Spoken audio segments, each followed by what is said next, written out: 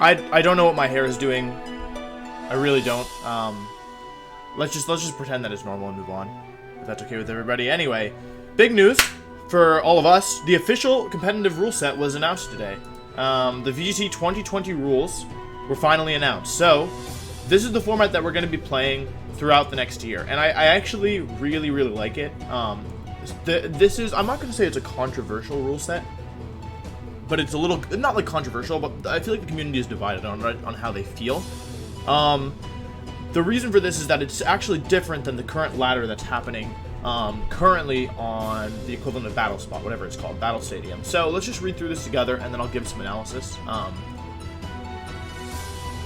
Basically, it says battles in the Pokemon Video Game Championships will change forever on January 4th, 2020, as players blah blah blah blah blah blah blah, new strategies blah blah, Galar region blah blah, Invitation 2020 blah blah blah blah, go to world blah blah. Okay, here's the rules.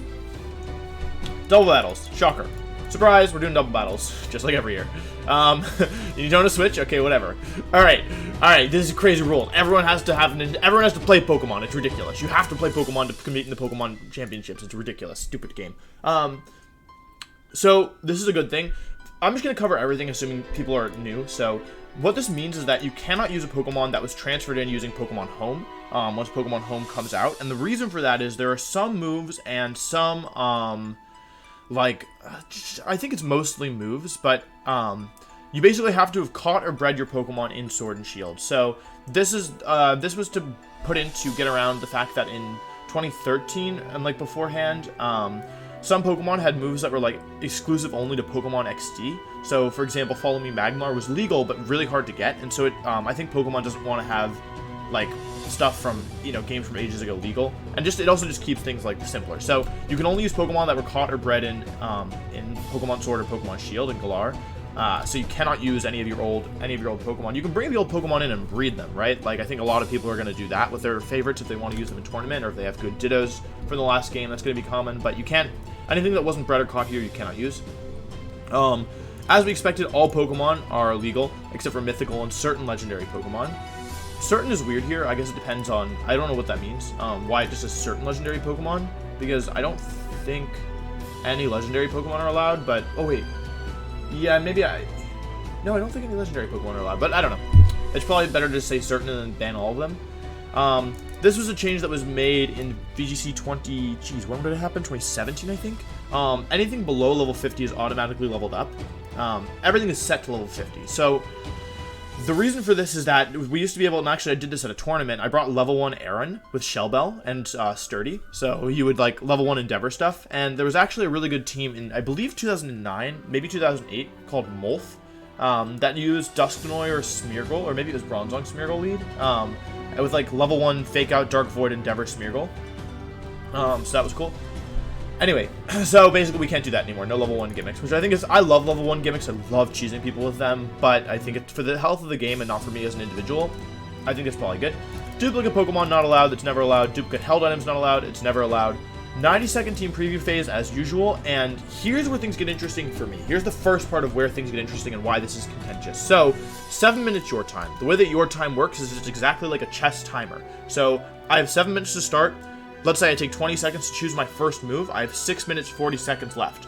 Once I lock in my move, my your time stops until my next turn. So throughout the course of the game, my your time goes down only when I'm choosing my move. You have 45 seconds per turn of move timer, but 7 minutes total your time. So the 45-second move timer resets every turn. Every turn you get 45 seconds to choose a move, and you have a cumulative 7 minutes to choose moves throughout the whole game using your time. Games have gone to your time before. It does happen. If one player runs out of your time, no matter the position on the field, the other player wins. So if you run out of your time, you lose. So you can't run out of your time. But here's where things get interesting. So now there's a 15-minute game timer, and I want to talk a little bit about this. So I'm a player who loves the game timer, right? I think that it's a really interesting alternate win condition. I know people think going to timer is scummy. I personally love it. I think it's really, it's like, it adds an extra dimension to the game. I understand why people don't like it. This is just my opinion. Please don't hate me for it. It's just Pokemon. However, game timer is contentious because, the reason why they want game timer is well, I don't need to pull it up, but throughout the last 3 years, so my whole life, the whole history of VGC to my knowledge, well, since I started in 2011, there's been a game timer, sometimes 15 minutes, sometimes 20 minutes. Game timer ticks down always. Once the game starts, you have 15 minutes, and the game will end 15 minutes after that if it hasn't ended sooner. Game timer is added because, so for example, last year in the finals of Oceania, Eduardo Cunha played against Luc Retarle. I think I've pronounced this correctly. They're both my friends, so if they haven't, then that's on me. I have no excuses. But anyway, these guys ended up in a Stack Attacka versus Stack Attacka mirror match with Rock Slide and Gyro Ball, so they weren't able to hit each other for any damage. And it was, I actually did not watch it. I'm sorry, guys. But yeah, it's not a good look for the scene, right? Like, it's not like the kind of. There's two sides to this. On the one hand, you want games pretty much to end exactly as they should, right? So you don't want them to end too early, aka a game that like where I'm just talking about probably from Pokemon's perspective, and this is just my opinion. So take all this with a grain of salt. But you don't want games to end too early, right? Like one player is gonna win and the other player times them out. That's what I like to do. Shout outs to me. I'm the best. God, it just feels good.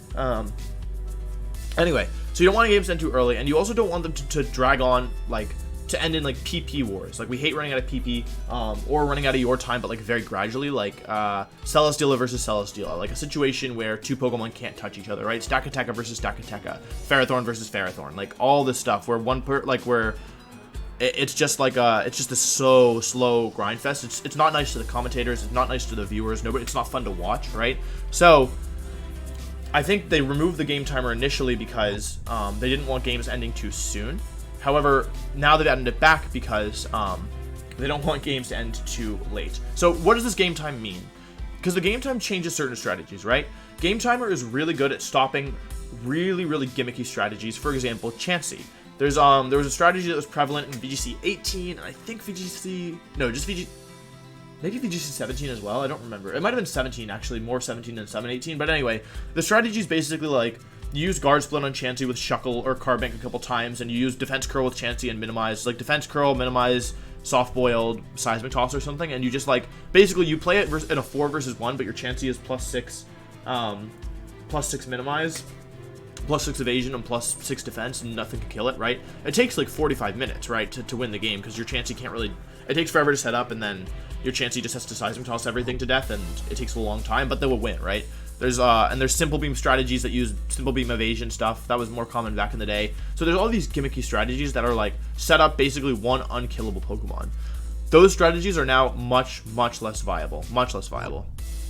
So that's one thing that the game timer does. It also, like I said, might end games too early. And in terms of the other strategies, so I think, and this is something that hasn't really been explored yet, but I think that one thing that people are not really thinking about when it comes to Dynamax is the ability to use your Dynamax moves, specifically ground and steel type moves, to make a Pokemon much bulkier. So it's pretty easy to set up, like, making Pokemon defensive is much easier than ever before because now you can attack and raise your defenses in the same turn, and you can, like, a Pokemon like Excadrill is a great example, where you can launch a super powerful, super strong ground or steel type attack and raise not only your defense, but your partner's defense as well. So, with, there's the potential to, like, right, like, let's say we had Chansey. Chansey's not in the game, but let's just say we had Chansey and I had Excadrill, and I had, like, Sand Team, and then, like, I lead, like, T-Tar Exca, and then I switch into Chansey turn 1, and I use maxed, ground turn 1. Chansey gets plus defense. I use max ground the next turn, plus defense. I use max ground the next turn, plus defense. Now I have +3 Eviolite Chansey, right? Or max steel, raise special defense, right? And Chansey's not in the game, so that's not going to happen, but there's a lot of strategies like that that could happen. So the game timer is really good at stopping these unkillable Pokemon scenarios. The bad side of game timer, generally speaking, not from my opinion, but just generally speaking, is that, again, games might end too early. However, I think that this might be okay. There's one more thing I want to mention as well, why I think game timer is better, at least now, than it was before. The other thing is that, what was I saying? Oh my god, I totally lost my train of thought. What was I saying? Game timer, unkillable. The games are much more offensive now, and they seem to be going much quicker. The fact that Intimidate, for the first time in almost basically since 2011, maybe 2012, this is the first time that Intimidate hasn't felt essential, which is a sign that the metagame is becoming more offensive. So I don't know how many. I think this is going to be a faster paced format in general, especially with Dynamaxing. Even though the animations take longer, I think Dynamax will make the games go much faster. So I think 15 minutes might be okay. And the very last thing that I want to say about the timer is that it's not public.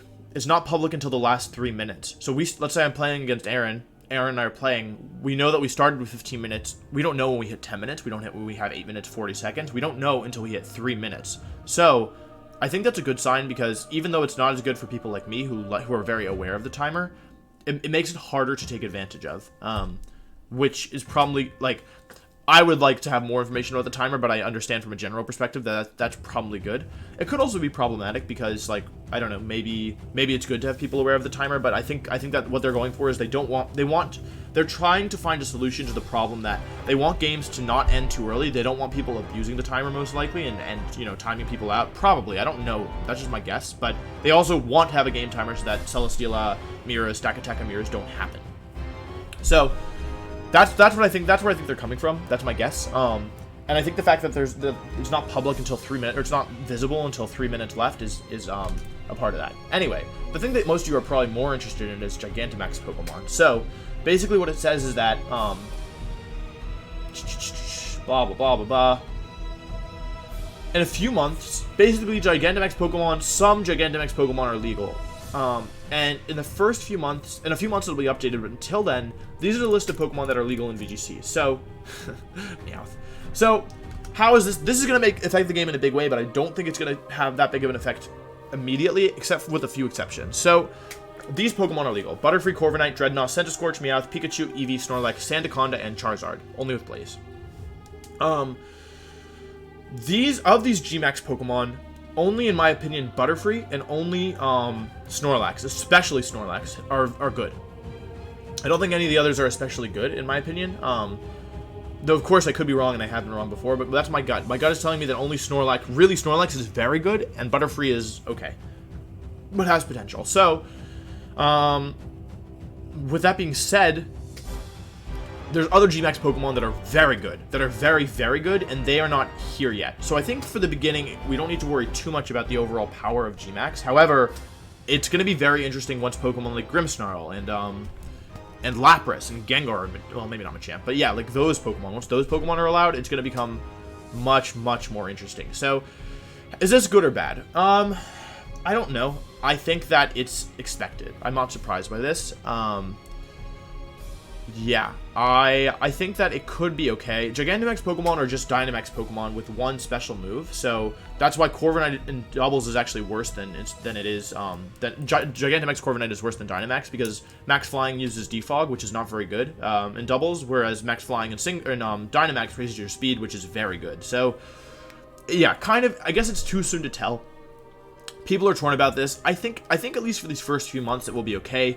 I think it will be fine, but there are certainly going to be some really good Gigantamax Pokemon. I think the fact that these aren't like Megas and that every Pokemon can Dynamax, like, will help. Because the thing is, like, a Pokemon like Lapras is a lot better when it's Gigantamax than when it's just normal. Although, of course, Lapras is good as well, but it's much better being able to set, like, a Roravale, right? That's a really strong ability.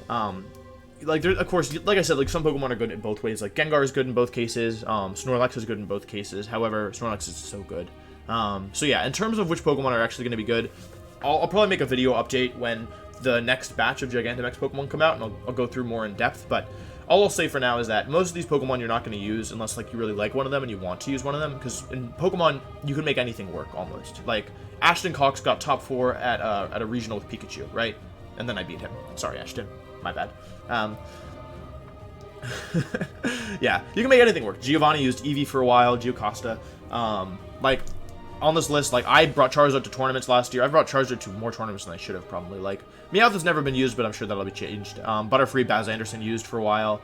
So even the Pokemon on this list without their Gigantamax forms who had usage, you could always make it work, like I said, for pretty much any Pokemon. But I think that Snorlax is going to be ridiculous, and Butterfree has some use as well. But other than that, I think these guys are kind of, don't worry about them, in my opinion. But yeah, anyway, that's my video. Thank you so much for watching. Please subscribe. Please like. I get a little nervous when I don't do battle videos, just because, like, my battle videos have been doing very well. So I am a little nervous posting this, because, like, of course I want to give you guys good content, but I also know that, like, my channel's been doing well, and I don't want to differ too much from, like, what I've been doing. So If you like this video, please let me know so that I'm not afraid to do more, because there's a couple other like non-battle videos I wanna do, but I don't wanna like, things are going well for me, so I don't wanna like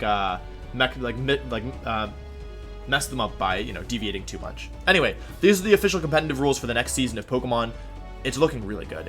I honestly think this format's going to be incredible, and I'm so excited about the timer. I think it's a great change. And Gigantamax, I think, is going to be fine overall. Like, it could be bad, but I think most likely it's going to be fine. This is looking like the best season of competitive Pokemon ever, I'm going to be honest. This is, like, looking like it could rival 2012. So, yeah, with that being said, thank you so much for watching. Thank you for not talking about my hair, and I'll see you later for the next video. Goodbye.